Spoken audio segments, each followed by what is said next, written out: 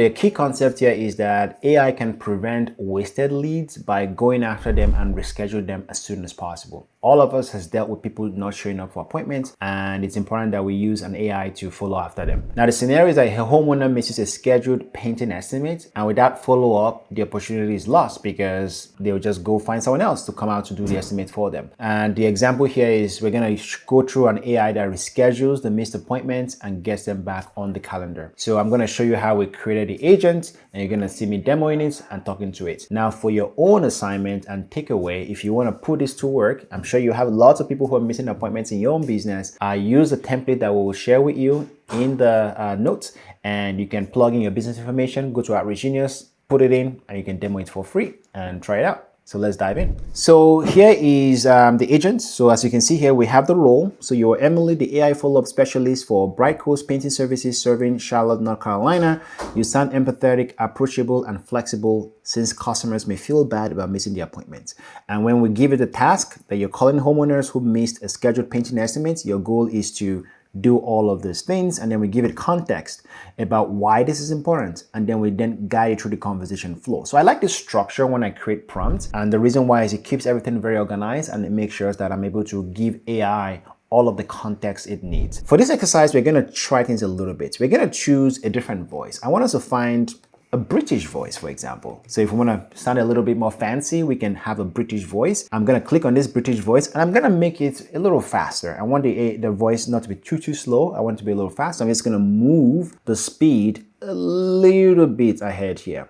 And then once I'm done with that, I'm going to then save it. And then we're going to now demo this agent that's going to try to reschedule the appointment that I missed. So let's dive in. And this will sound British, which will be very interesting. Hello.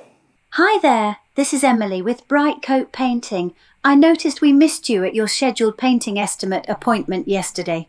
No worries at all. Life happens. Do you still want to move forward with an estimate? Sure, why not? Let's rebook. I was busy yesterday. I couldn't make the appointment. I completely understand. It can get really busy sometimes. Just to confirm, what type of project were you looking to get an estimate for? Yeah, interior rooms, exterior siding, or something else? Yeah, interior rooms. Thanks for that. Let's find a new time that works better for you. We have Thursday at 10 a.m., Friday at 2 p.m, or Monday at 3:30 p.m. Which of those would be best for you? Monday at 3:30 p.m. would be fine for me, actually. Great choice. I'll go ahead and schedule your estimate for Monday at 3:30 p.m. Before that, can I confirm your email address?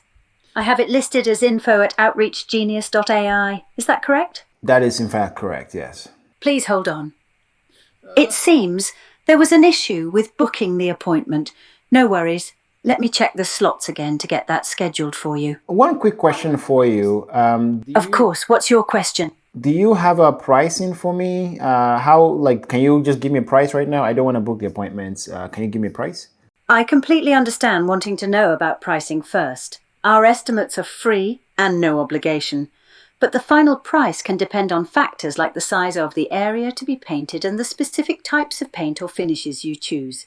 If you'd like, I can arrange for the estimator to bring you a refreshed estimate during the appointment so you can get all the details before making any decisions. Would you like that? For now, that should be fine. So as you can see here, we've demoed this AI agent with a British accent, which is quite nice. And we're able to talk to the AI agent as well. Now, one of the things that I want to show you is when you do outbound calls, especially for missed appointments, sometimes people don't pick up the phone and that is an issue. So one of the things that we can do is we can set how aggressive the AI is in following up and reaching out to these individuals so that it can actually ensure it books the appointment even if they don't pick up the very first time. One of the problems between having a human agent or an answering service and an AI is that the human agent will probably call them once or twice maybe, and then they'll give up or they'll get busy or get distracted with something else. But the AI will continually calling them persistently, sometimes annoyingly. And you can set how aggressive the AI is. So let me show you how we do that. So if we go here into the manage campaign section, one of the things we can do is we can set how aggressive the AI is. So if I go into the manage campaign session, so this is for the SMS campaign. So we're going to find, if I go manage campaign here, We're going to go new campaign here, and let's just assume that this is a phone campaign. So what we can do is we can say this is the maximum amount of times to call per day. We can say call 5 times a day, and this is the number of leads to fetch from my list of leads. So I can say fetch 100 people per day. And I assign the agent that I want to call them.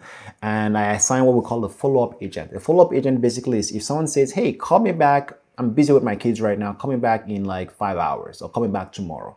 This AI agent, the follow-up agent, is smart enough to be able to extract the time from what the prospect has said and then create a task for itself to call back that person based on when they've asked us to call them back, which allows us to make sure we don't lose that opportunity to call back that person.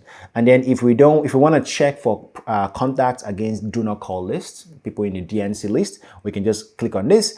And if we want to bring in any additional data as well, what we call enriched data. So say for example, when you were asking them to fill out the form, you ask them to tell you what kind of paint job do they have, what kind of decision makers, what their budget is. If you have any of those customer information, you want to click on this extended data to bring those in and inject it into the AI agent.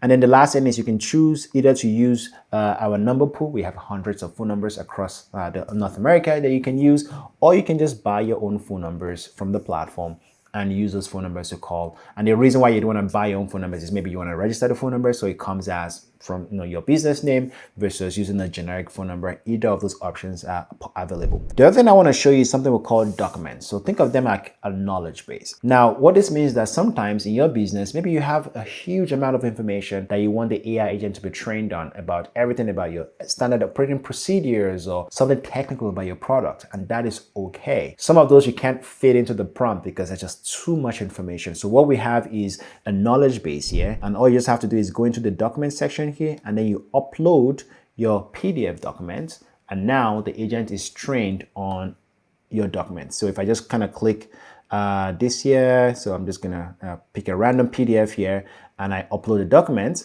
is gonna absorb that information, and now the agent will process that and is now trained on that information, and it can use that as a base of reference to talk to your prospect, answer any technical complicated question, as long as it's contained in that information. So really efficient and cool thing to have. So that's it for this specific agent. We're going to talk about the next section, where we're going to be talking about how to expand and compound the lifetime value of your existing customers and extract as much money from them as possible, which is something I'm sure you know you want. All right, I'll see you at the next one.